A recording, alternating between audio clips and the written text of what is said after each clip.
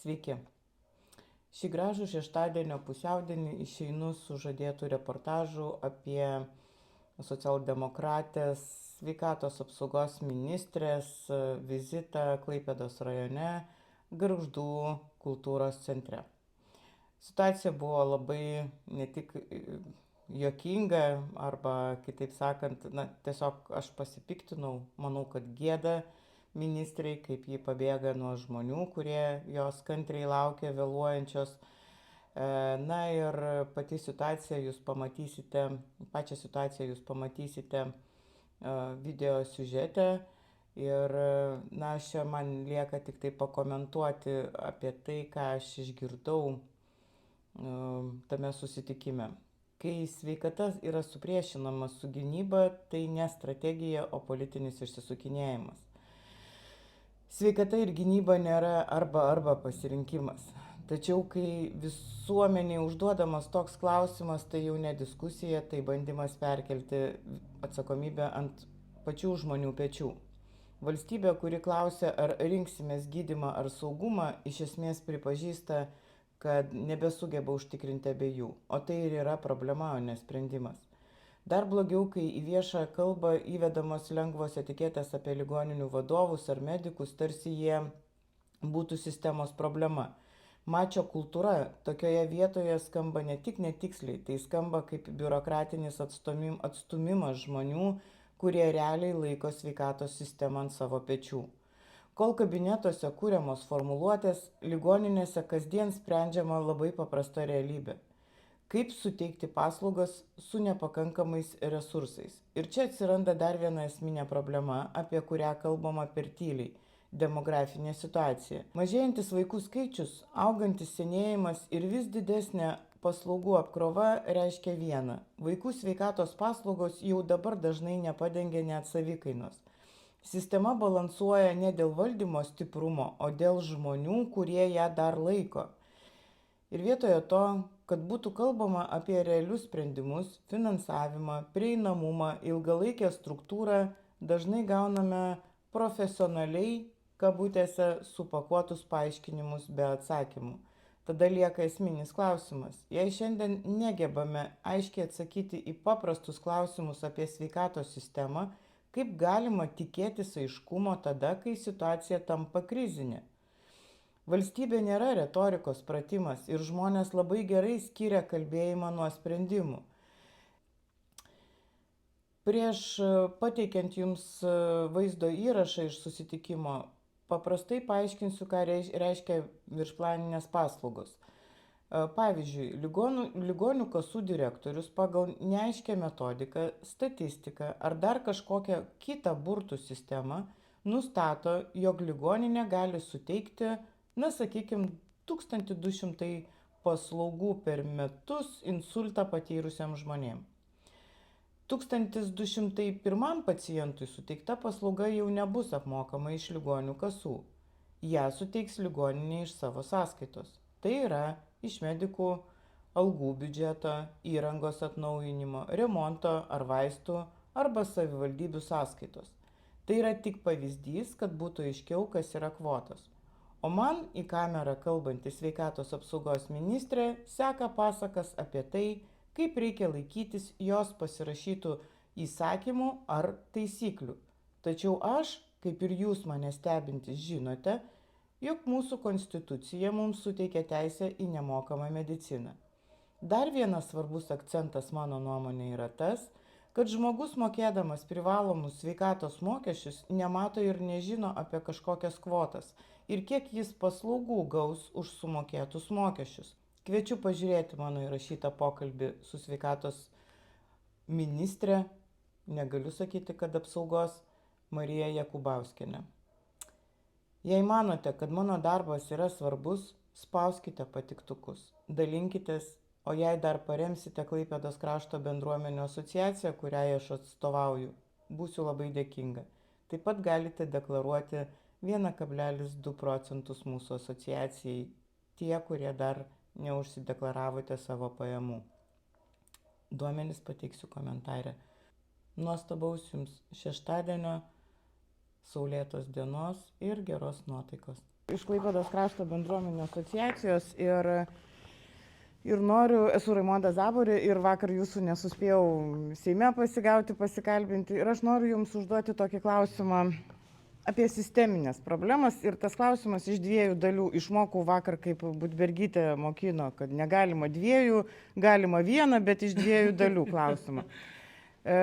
Situacija dabar yra tokia. Pirmas ketvirtis šių metų ir PSDF lėšos yra nesurinktos, trūksta pinigų ir trūksta pinigų, ligonių kasos nebeapmoka Klaipėdos universitetiniai ligoniniai už suteiktas paslaugas 2 milijonai, o tuo tarpu trūksta pinigų iš ligonių kasų prioritetiniam paslaugom. Tai yra insultai, infarktai, gimdymai ir onkologija.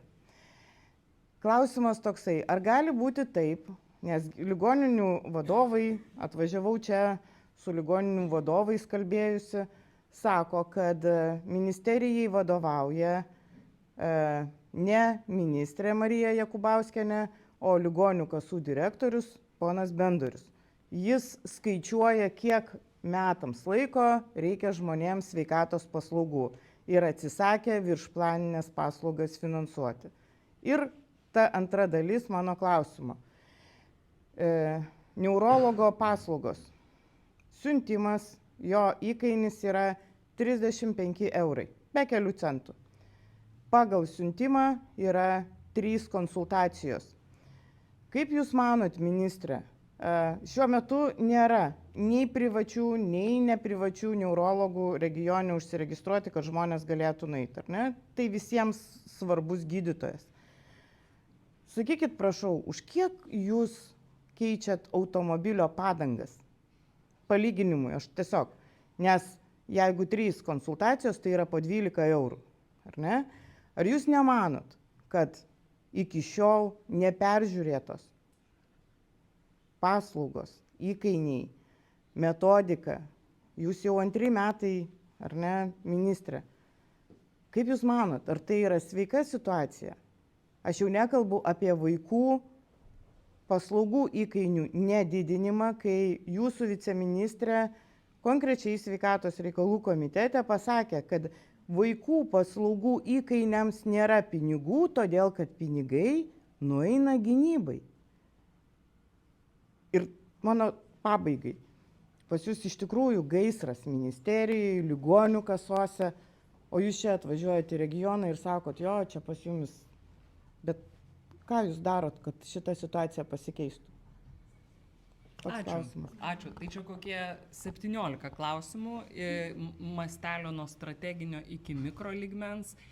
Į Gargždus atvažiavom dėl to, kad pakvietė mus čia apsilankyti ir pasižiūrėti vietinę situaciją, tai nuo pačios pradėsiu lipti viršų. Ir, vizitas čia yra svarbus, kad mes pasikalbėtumėm su gydytojais ir ne tik mačo kultūrą propaguojančiais ligoninių kai kuriais vadovais, kurie leidžia savo komentuoti apie tai, kas vadovauja sveikatos apsaugos ministerijai. Tai turbūt pradėsiu nuo to, kad čia mes susitikom su personalu, su gydytojais, su slaugytojom ir kalbėjomės apie tai, kas mažo, nedidelio sveikatos centro žmonėms rūpi, personalui. Ir kad pamatytumėm iš arti kai kurios klausimus, kurie dėl savo nedidelio mastelio ne visada pasiekia ir sveikatos ministerijos darbinį stalą ir toj darbotvarkiai nebūtinai visada yra apsvarstomi. Tai išgirdom gerų įžvalgų ir tai yra puiku. Kiti Jūsų klausimai yra sisteminiai iš tiesų ir jie yra sisteminiai dėl to, kad jie liečia keletą dalykų. Paslaugų finansavimo modelis toks, koks jis yra. Ir kai kalbate apie apmokėjimą už konsultacijas ir įkainių dydį ir kas yra svarbiau šalies gynyba ar sveikata, tai Jūs norėtumėt pasakyti, kad gynyba yra nesvarbi?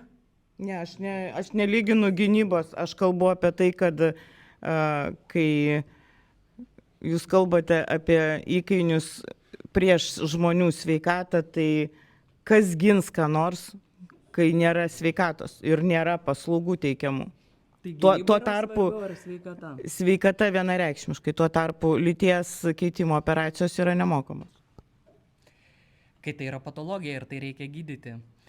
Tai žiūrėkit, aš jums pasakysiu paprastą dalyką. Yra paprasti sveikatos ekonomikos dėsniai, kaip pasiūla formuoja paklausą. Nėra tobula apmokėjimo sistema, bet tai yra taisyklės, pagal kurias žaidžiame visi sveikatos sistemui ir planuojam paslaugas ir jas taip pat finansuojam. Žinoma, diskusija apie tai, koks turėtų būti paslaugos įkainis ir ar turėtų būti mokama už kiekvieną konsultaciją, kiekvieną apsilankymą, kiekvieną susitikimą su gydytoju, o ne epizodą, yra ant stalo ir tikrai ligonių kasose mes kalbam apie tai. Po truputį judam link to, kad kiekviena konsultacija būtų apmokama. Ir neseniai, jeigu sekate, o turbūt sekate sveikatos politikos reikalus ir atidžiai skaitote visus ministro įsakymus, tai turbūt žinote, kad kaip tik neseniai pasirašėme dokumentą ir apmokėsime pačiom sunkiausiam lygom gydyti, kai paslaugos teikimas reikalauja, sudėtingo paciento, sudėtingo konsultavimo, įskaitant ir ištyrimą pakartotinį ir stebėjimo būklės, bus apmokama kiekviena konsultacija. Tai po truputį judame link to sveikatos finansavimo modelio ir principų peržiūrėjimo.